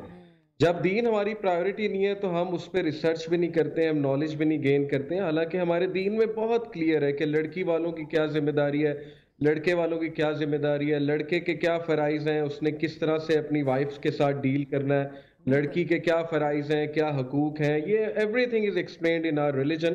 तो सबसे पहले तो लैक ऑफ रिलीजियस नॉलेज की वजह से हम गुमराह होते हैं। दूसरी बात यह है कि सोशल कंपैरिजन, देखिए हर जगह ऐसे चल रहा है, रिश्तेदारों में हम एग्जाम्पल्स कोट करते हैं कि नहीं जी उन्होंने तो बेड दिया है, हम क्यों ना दें, इसका मतलब कि हमें अगले जो है वो कमीन समझेंगे। लिटरली मैंने ऐसे सेंटेंसेस सुने हैं कि अगर मैंने कुछ ना दिया, चलो अगर लड़का जहेज नहीं भी एक्सपेक्ट कर रहा, स्टिल अगर मैंने कुछ नहीं दिया अपनी बेटी को तो अगले हमें क्या समझेंगे, इस तरह के सेंटेंसेस भी आते हैं। बिकॉज सोशल कंपैरिजन और वो पीयर प्रेशर इतना ज्यादा होता है and the need to be like others, ये सारी चीजें, ये सारे फैक्टर्स मेरा ख्याल है कि बहुत प्रेशर डालते हैं लड़की वालों पे कि वो ना चाहते हुए भी कुछ ना कुछ करें। हाँ, ये एक अलग बात है कि अगर कोई वालिद अपनी बेटी को वैसे ही कुछ गिफ्ट देना चाहे तो वो दे सकता है, बट यहाँ पर लड़के ने रोल प्ले करना है कि वो उन्हें समझाए कि ये चीजें आप ना दें। बाकी आप उन्हें कोई गिफ्ट देना चाहते हैं अपनी बेटी को, वो आप दे दें किसी और शक्ल में, लेकिन बेड, वॉशिंग मशीन, फ्रिज, ये चीजें तो लड़के की जिम्मेदारी है। अगर वो ये नहीं कर सकता तो फिर मैं समझता हूँ कि फिर उसको शादी नहीं करनी चाहिए, सीधी सी बात। अच्छा अली साहब, हमारी सोसाइटी में फैमिलीज के अलावा गवर्नमेंट का एक बहुत बड़ा रोल होता है उस सोसाइटी को बनाने में, ऐसे मामलात में, क्योंकि ये सिर्फ ज़ाती मामलात नहीं हैं, ये कल्चर का हिस्सा बन गए हैं, ये हमारे सोशल इश्यूज बन चुके हैं। गवर्नमेंट को कितना रोल प्ले करना चाहिए कि वो ऐसी चीज़ों पर पाबंदी लगाए कि जहेज या छुप छुपा के जो रकम देने वाले मामलात हैं उन पे सख्ती से रोकथाम की जा सके? बिल्कुल गवर्नमेंट का बड़ा रोल है, लेकिन यहाँ पर फिर ये डिस्कशन आती है ना, देखें थोड़ा सा डिफरेंस ऑफ ओपिनियन है कि अगर एक बाप अपनी बेटी को वैसे ही कोई गिफ्ट देना चाहता है, वो कहता है कि मेरा लख्ते जिगर जो है वो किसी और घर जा रही, तो मैं कुछ कपड़े या कोई और गिफ्ट देना चाहता हूँ, तो फिर वो गवर्नमेंट को बड़ा स्पेसिफिक होके पहले जहेज को डिफाइन करना चाहिए कि जहेज की रस्म है क्या। जहेज की रस्म ये कि लड़के वाले डिमांड करें और लड़के वाले एक्सपेक्ट करें कि ये चीजें आएंगी। गवर्नमेंट को चाहिए कि वो कुछ कंडीशंस रखे कि लड़का शादी करने से पहले अश्योर करे कि बेसिक रिक्वायरमेंट की चीजें उसके घर में मौजूद हैं। और गवर्नमेंट की ये भी जिम्मेदारी है कि वो प्रिटेंशियसनेस पे यानी दिखलावे पे लोगों की वर्कशॉप्स बाकायदा करवाएं, एजुकेट कराएं उन्हें, और this starts from universities. Government का यूनिवर्सिटीज पे होल्ड है, गवर्नमेंट को चाहिए वहाँ कैरेक्टर बिल्डिंग सोसाइटीज बनाए, वहां से एजुकेट करें, क्योंकि इस नस्ल ने आगे जाके शादी करनी है। उनको एजुकेट करें कि दिखलावा जो है वो हमारी सोसाइटी में कितना ज्यादा और ये पसंद नहीं फरमाया गया। बेसिक रिक्वायरमेंट्स होनी चाहिए और जो जितना कर सकता है उतना करे। असल में एक और मसला पता है क्या है कि लड़की वाले वो भी एक्सपेक्ट कर रहे होते हैं कि जब हमारी बेटी दूसरे घर जाएगी तो उसके लिए बहुत कुछ वहां पे अरेंज्ड होगा, तो उन्हें भी थोड़ा ख्याल करना चाहिए कि लड़का कितना कमाता है, उसकी हैसियत क्या है। तो आई एग्री कि गवर्नमेंट रोल प्ले कर सकती है, बट थोड़ा स्पेसिफिक उन्हें करना पड़ेगा और इसके लिए बड़ी मेहनत दरकार है। अच्छा, ये बात आपने बिल्कुल ठीक की कि एक्सपेक्टेशंस दोनों तरफ से होती हैं। अगर लड़के वाले ये सोच रहे होते हैं कि हमें बहुत कुछ आएगा, तो लड़की वाले भी ये सोच रहे होते हैं कि हमारी बेटी को आगे बहुत कुछ मिलेगा। अच्छा, इस चीज़ के लिए अगर हम ऐसी सोसाइटी क्यों नहीं बनाने की कोशिश करते, मतलब कोई पहल करने की इसमें कोशिश ही नहीं करता कि लड़कों को ये सिखाया जाए कि भाई आप अगर शादी कर रहे हैं तो आप खुद घर बनाएंगे, चाहे वो रूम का फर्नीचर है, चाहे वो घर की बाकी किचन की चीज़ें हैं, वो आप खुद लेकर आएंगे, खुद बनाएंगे, ताकि लड़की वालों पर इसका बोझ ना पड़े। क्योंकि इसी तरह तो रिश्तों के इंतजार में कितनी लड़कियां बैठी रह जाती हैं। देखें माशाल्लाह हमने एक मिसाल कायम की, हमारा जो इदारा है यूथ क्लब, हमारे यहाँ जो एक बंदा हमारे साथ अटैच्ड है, यंगस्टर्स की बात कर रहा हूँ, उन्होंने मिसाल कायम की और स्टैंड लिया। हालांकि देखें ना, जो लोग जो यूथ दीन की तरफ आ रहे हैं वो पढ़ के आ रहे हैं। हमारी जो ओल्डर जनरेशन है वो दीनदार तो है, लेकिन वो जो कल्चरल दीन है ना, बेसिकली जो है उसको फॉलो कर रहे हैं। तो मेरे सामने बहुत सी मिसालें मौजूद हैं कि हमारे नौजवानों ने स्टैंड लिया। पर्सनली मैं अपनी भी मिसाल कोट कर सकता हूँ। अल्हम्दुलिल्लाह मैंने अपने होने वाले ससुर को, जब मेरी शादी हो रही थी, पिक्चर्स खींच के भेजता था कि मैंने ये फ्रिज ले लिया है, मैंने सोफा ले लिया है, I have set up all the portion, I am very excited. तो ये एक मैसेज दिया जा रहा है ना कि आपको कुछ करने की जरूरत नहीं है। लड़कों का इसमें बहुत रोल है, हमारे नौजवानों का। They have to take stand. एक जनरेशन सेक्रीफाइस करती है तो अगली जनरेशन उसको एंजॉय करती है। तो वी आर द जनरेशन जिसे सेक्रीफाइस करना पड़ेगा और इसका रिवॉर्ड। इंशाल्लाह अल्लाह ने इसका रिवॉर्ड रखा हुआ है सेक्रेटरी। अच्छा मोहम्मद अली साहब, आपने बहुत अच्छी बात की थी कि यूनिवर्सिटीज़ के लेवल पे भी जो लड़के लड़कियां हैं उनको इस चीज़ की ट्रेनिंग की ज़रूरत है, लेकिन क्या आपके ख्याल में इस चीज़ के लिए बाकायदा हम सब्जेक्ट की जैसे अगर बात करें तो एक सब्जेक्ट नहीं होना चाहिए कि लड़के लड़कियों को जो आपकी जनरेशन है उनको ये सिखाया जाए कि भाई आपने आगे घर बनाना है, आपने आगे एक मुआशरा तश्कील देना है, उसके लिए आपको किन किन असूलों को सामने रखना ज़रूरी है? सब्जेक्ट बिल्कुल हैं भी, लेकिन वो पढ़ाए उस तरह नहीं जाते। सोशोलॉजी है, सोशल साइकोलॉजी एक सब्जेक्ट पढ़ाया जाता है हमारे आर्ट्स के स्टूडेंट्स को, लेकिन उसमें जब लेकिन हर कोई तो वो सब्जेक्ट नहीं पढ़ता ना, सोशल साइकोलॉजी का हर स्टूडेंट तो उस तरफ नहीं जाता। दैट्स ट्रू, लेकिन सोशोलॉजी काफ़ी ज़्यादा डिग्रीज में करिकुलम में, इवन मैंने इंजीनियरिंग की है मैकेनिकल, हमने सोशोलॉजी पढ़ी थी, उसमें जेंडर रोल्स का भी चैप्टर आता है। जेंडर रोल्स में एक इस्लामिक पर्सपेक्टिव देना ये हमारे लिए बहुत ज़रूरी, क्योंकि हमारी सोसाइटी वेस्ट से बहुत डिफरेंट है, हमारे चैलेंजेस और हैं।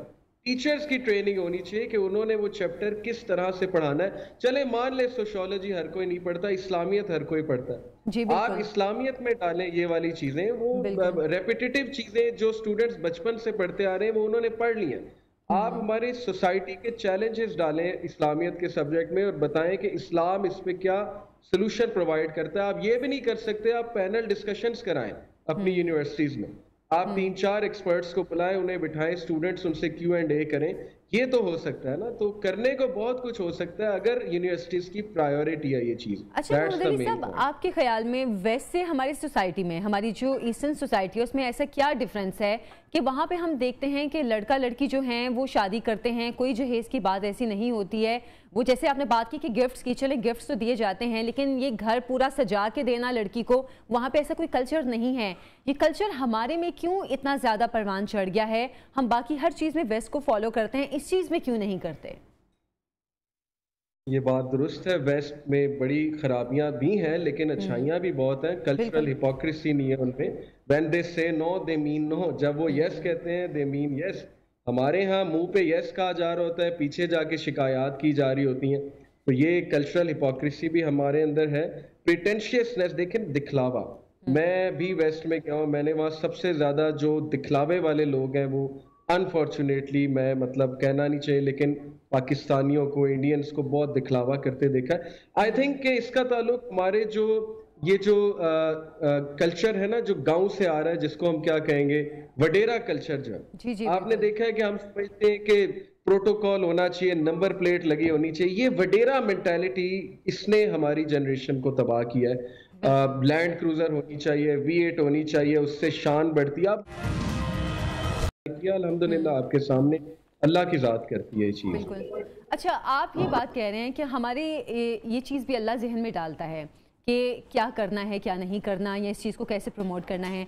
अब अगर हम बात करते हैं कि अगर इस्लामियात हर किसी को पढ़ाई जाती है तो उसमें ऐसे सब्जेक्ट्स डालने चाहिए, लेकिन हमने अपना एजुकेशन कल्चर हमने देखा है, ये एकदम से बदल नहीं सकता। इसको किस तरह हम आगे के लेवल पर लेकर जाएं कि आगे जो कॉलेजेस में स्टूडेंट्स हैं उनको इस तरह के सबक दिए जाएं कि भाई आपने एक ख़ानदान को लेकर चलना है, आपने एक फैमिली बनानी है, एक मुआशरा तश्कील देना है, तो आपको ये जहेज़ जैसी लानत को ख़ुद से ख़त्म करना होगा। ये कॉलेजेस लेवल पे या यूनिवर्सिटीज़ के लेवल पे क्या इस तरह की कोई प्रमोशन होनी चाहिए, कोई एक्स्ट्रा क्लासेस होनी चाहिए? देखिए, हमारी तो यूथ क्लब की कोशिश ये होती है कि हम हर यूनिवर्सिटी में जाके उन्हें इनकरेज करें कि आप एक कैरेक्टर बिल्डिंग सोसाइटी बनाएं। चले आपने रिलीजियस सोसाइटी नहीं बनानी, ना बनाएं फॉर अंडरस्टैंडेबल रीज़न, क्योंकि वो सेक्टेरियनिज्म बहुत है, वो फिर लड़ाइयाँ हो जाएंगी। चले आप कैरेक्टर बिल्डिंग सोसाइटी बनाएं, उसका मॉडल हम आपको देते हैं कि आपने क्या टॉपिक्स रखने हैं, यूथ से किस तरह बात करनी है, उनको एजुकेट कैसे करना है, उन्हें डिजास्ट्रस कॉन्सिक्वेंसेस दिखाने हैं कि तुम अपनी जनरेशन्स को देख लो कि टॉक्सिक कल्चर की वजह से, ये जो टॉक्सिक कल्चर चलता आ रहा है कि आपस में माँ बाप की नहीं बन रही है, मियाँ बीवी की नहीं बन रही, उसके असर बच्चों पे पड़ रहे हैं। फिर शादी की बेसिस ही गलत थी, पैसा थी या खूबसूरती थी, उसके असरात देख लो फैमिलीज पे क्या हुए हैं। तो इससे सीखो। तुम लोगों ने ये मिस्टेक्स नहीं कमिट करनी, अपने बच्चों पे रहम करो, जनरेशन पे रहम करो, ताकि वो कोई रिसर्चर्स बने कल को जाके। पाकिस्तान में तो एक बंदे की आधी जिंदगी लड़ाई झगड़ा जो है वो सॉल्व करने में गुजर जाती है, उसने क्या रिसर्च करनी। कभी कोई नाराज है, कभी कोई नाराज है, कभी जहेज है, कभी कुछ है, कभी किसी को दिखलावा करना है, कभी किसी को गिफ्ट देना है। इस कल्चर से निकलना होगा हमें, और इसकी मैस मूवमेंट यूनिवर्सिटीज और जुम्मे के खुतबात चला सकते हैं। ये बहुत इंपॉर्टेंट पॉइंट है। जितने लोग जुम्मे खुतबे में आते हैं वो आपकी सोच है। ये आपने बहुत अच्छी बात की है कि जुम्मे के खुतबे में कम से कम ऐसे इश्यूज को जरूर शामिल किया जाए, क्योंकि वो तो हर किसी तक आवाज जा रही है। अच्छा, सोशल मीडिया का कितना रोल है इसमें? सोशल मीडिया पे किस तरह प्रमोशन इस तरह के मामलात की जा सकती है? बहुत बहुत बड़ा रोल है ये। अच्छा आपने बल्कि पॉइंट मेंशन किया। देयर आर एग्जांपल्स उन कंट्रीज की कि सिर्फ सोशल मीडिया की वजह से कोई मूवमेंट चलाई, उससे बहुत लोग एजुकेट हुए, लोग ने बाकायदा एक रेवोल्यूशन लोग लेकर। अरब स्प्रिंग की मिसाल आप ले लें, 2011 में सिर्फ सोशल मीडिया के थ्रू अरब स्प्रिंग चली थी और एक बहुत मैसिव चेंज अरब सोसाइटी में आई थी। तो बहुत बहुत मुस्बत किरदार सोशल मीडिया अदा कर सकता है। Agreed, totally agreed. अच्छा, और अगर इसके लिए हम बात करें कि हमारे जो बड़े हैं, क्योंकि हम बात करें यंग जनरेशन को चेंज करने की, उनको तो चलें हम बदल लेंगे, लेकिन जो बड़े हैं जो कि इन कल्चर्स को लेकर चल रहे हैं और वो कहते हैं कि नहीं ऐसा ही होगा, जैसे आपने वडेरा सिस्टम की बात की, वो सिर्फ यंग जनरेशन का तो कल्चर नहीं है, वो तो बड़ों से चला आ रहा है। अब बड़ों को किस तरह बदला जाए, ये तो सबसे बड़ा मसला है। टू बी ऑनेस्ट, बड़ों को बदलना बहुत मुश्किल है।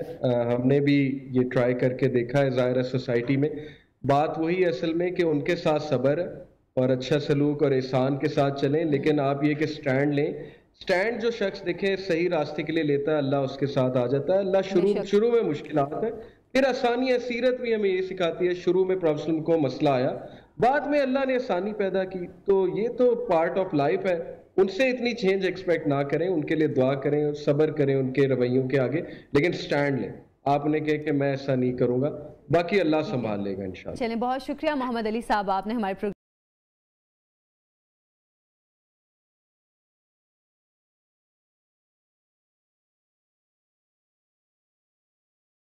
प्रोग्राम में इतनी अच्छी अच्छी बातें की हैं। और जैसे कि जहेज़ की लानत की हम बात करते हैं, हम ये बात नहीं कर रहे थे कि जहेज़ किस तरह हमारी सोसाइटी को ख़राब कर रहे हैं, हम ये बात कर रहे हैं कि असल में जो लेने वाले हैं वो इस चीज़ को रोक क्यों नहीं रहे हैं, उनको इस सिलसिले में क्या किरदार अदा करना चाहिए। बहरहाल अभी एक छोटी सी ब्रेक का टाइम हुआ है, ब्रेक से वापस आएंगे, आप हमारे साथ रहिए।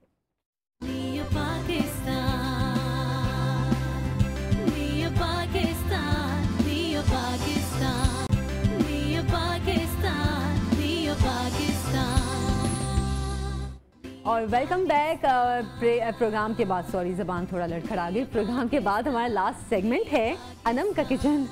नहीं, ये अनम का किचन नहीं है आयशा, अच्छा। ये रूह अफ़ज़ा का किचन है। देखिए इतनी ज़्यादा हमने रूह अफ़ज़ा की बोतलें रखी हैं, आप देख रही होंगी कि हमदर्द का रूह अफ़ज़ा पड़ा है, हमदर्द का दूध रूह अफ़ज़ा पड़ा है, हमदर्द की जो शहद की बोतल पड़ी है, जो है वो शहद की बोतल पड़ी है। तो ये जो है ये रूह अफ़ज़ा का किचन है। उसके बाद आप कह सकती हैं पकाएंगी आप, हाँ आपका किचन हुआ। बिल्कुल ठीक। तो आज हम बनाने जा रहे हैं रूह अफ़ज़ा के साथ पाइनएप्पल डिज़र्ट बनाएंगे। बड़ा ही आसान है, क्विक बनने वाला है। अगर आपके घर पे गेस्ट आ रहे हैं और आपके घर में ये जो कुछ चीज़ें जो कभी मैं बताऊंगी वो ज़्यादातर जो है वो घर में अवेलेबल होती हैं। अदर अगर नहीं भी है तो इजीली अब तो ऐप्स इतनी आ गई, आराम से आप उनको मंगवाएं और ऐप्स हैं कि आप उन पे बस ऑर्डर करें, बिल्कुल घर तक ऑर्डर करें और फटाफट जो है चीज़ें आ जाती हैं। तो pineapple Rooh Afza pineapple dessert के लिए सिंपल इंग्रेडिएंट्स है। अनम पहले ये बताइए क्या है ये जो है आयशा, ये मैंने बिस्किट्स को क्रश करके, कोई भी आप ब्राउन बिस्किट्स ले लें या कोई भी बिस्किट्स जो आपको पसंद है, ज़्यादा सॉफ्ट वाले नहीं लेने, थोड़े हार्ड वाले बिस्किट लें ताकि वो, क्योंकि जब इसके ऊपर मटीरियल जाएगा सारा, जैसे क्रीम का बैटर है वो सब जाएगा इसके ऊपर, उसके बाद क्या होगा कि ये थोड़ा सॉफ्ट हो जाएगा। अगर आप बहुत सॉफ्ट बिस्किट लेंगे, मैं ब्रांड का नाम इंडोर नहीं कर रही, कोई भी बहुत सॉफ्ट लेंगे तो वो बिल्कुल ही जैसे पतली सी लेयर हो जाएगी, मतलब मिक्स हो जाएगा, वो बिल्कुल फील नहीं होगा। इस तरह से ये होगा कि ये जो है सेटल्ड रहेगा। ये मैंने तकरीबन 2 से 3 इस पे मैं आपसे आपकी जो रेसिपी है उससे शुरू होने से पहले मैं पूछना चाहूँगी। मैंने एक बार एक डिज़र्ट बनाया और उसमें मैंने जो ये बिस्किट्स थे वो मैंने इसी तरह क्रश करके डाल दिए बीच में, ठीक है। उसके बाद जो क्रीम वाला डिजर्ट था वो मैंने बीच में डाला तो बिस्किट बीच में मिक्स हो गए। अच्छा, उसका इसमें मक्खन डालते हैं? जी बिल्कुल, इसका सबसे बेस्ट तरीका है, जैसे कि मैंने आज इसके अंदर मक्खन बिल्कुल भी ऐड नहीं किया। मैंने क्या किया कि मैंने सिरप जो है इसमें जो भी मैं फ्रूट यूज कर रही हूँ उसका सिरप जो है डालकर मैंने इसको थोड़ा सेट कर दिया है।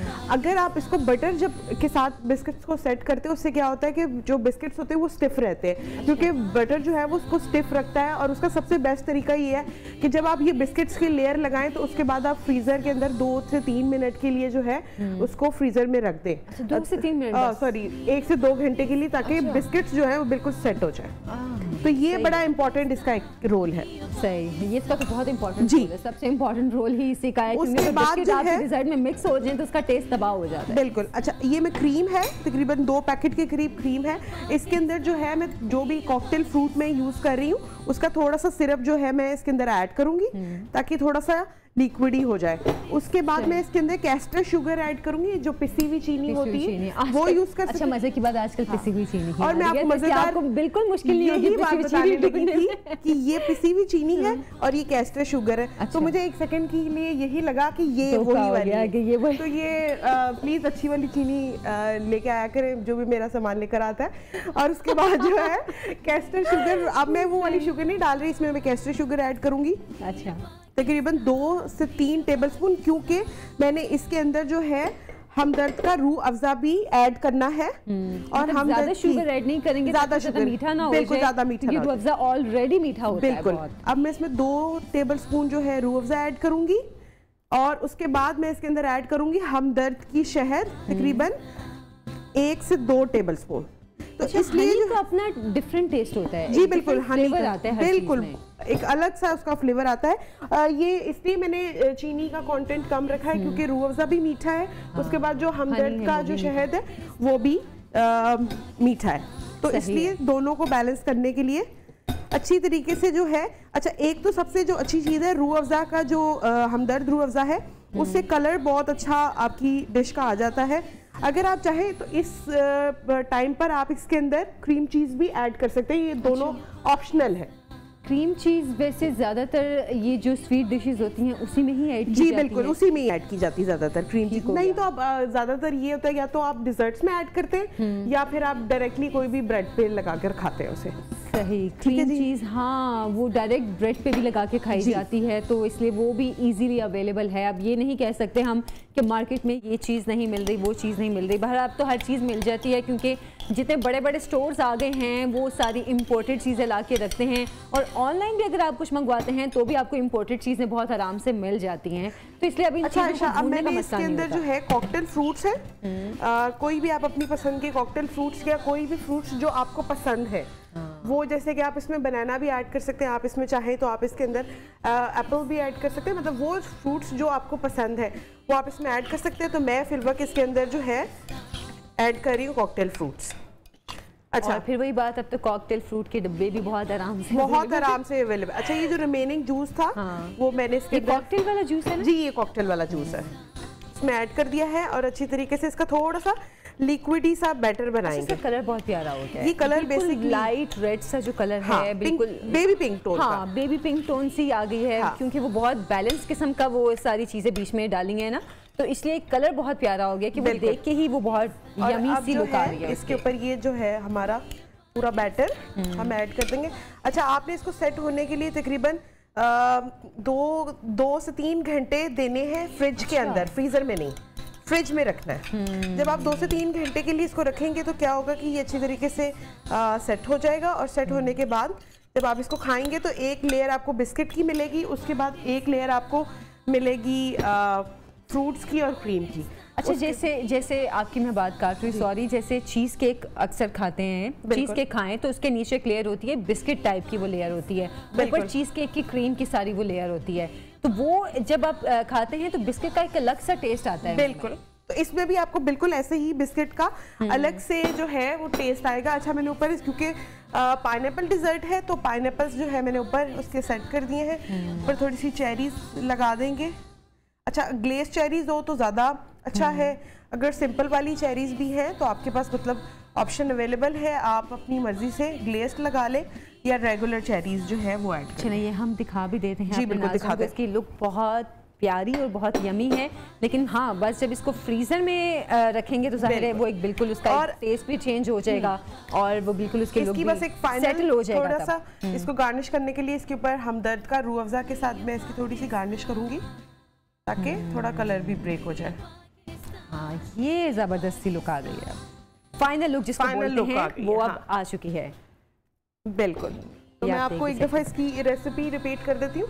सिंपल हमने बिस्किट्स लिए थे तकरीबन 2 से 3। जल्दी जल्दी से रेसिपी बता जी। उसके बाद क्रीम है, उसके अंदर कैस्टर शुगर ऐड किया है, उसमें कॉकटेल फ्रूट ऐड किए हैं। ऐड करने के बाद अच्छी तरीके से उसकी मिक्सिंग की है। मिक्सिंग करने के बाद बिस्किट्स के ऊपर जो है उनको सेट कर दिया है। सेट करने के बाद मैंने ऊपर से पाइनएप्पल लगाए हैं, ऊपर चेरीज लगाए और रूह अफ़ज़ा के साथ और उसको 2 से 3 घंटे आपने फ्रिज में रखे। बिल्कुल 2 से 3 घंटे फ्रिज में, फ्रीजर में प्लीज मत रखिएगा वरना डिजर्ट खराब हो जाएगा। चलिए अनम बहुत शुक्रिया इतनी मजेदार सी रेसिपी शेयर करने के लिए और आज के प्रोग्राम से हमें दीजिए इजाजत। कल फिर आपकी खिदमत में हाजिर होंगे। अल्लाह हाफिज। अल्लाह हाफिज।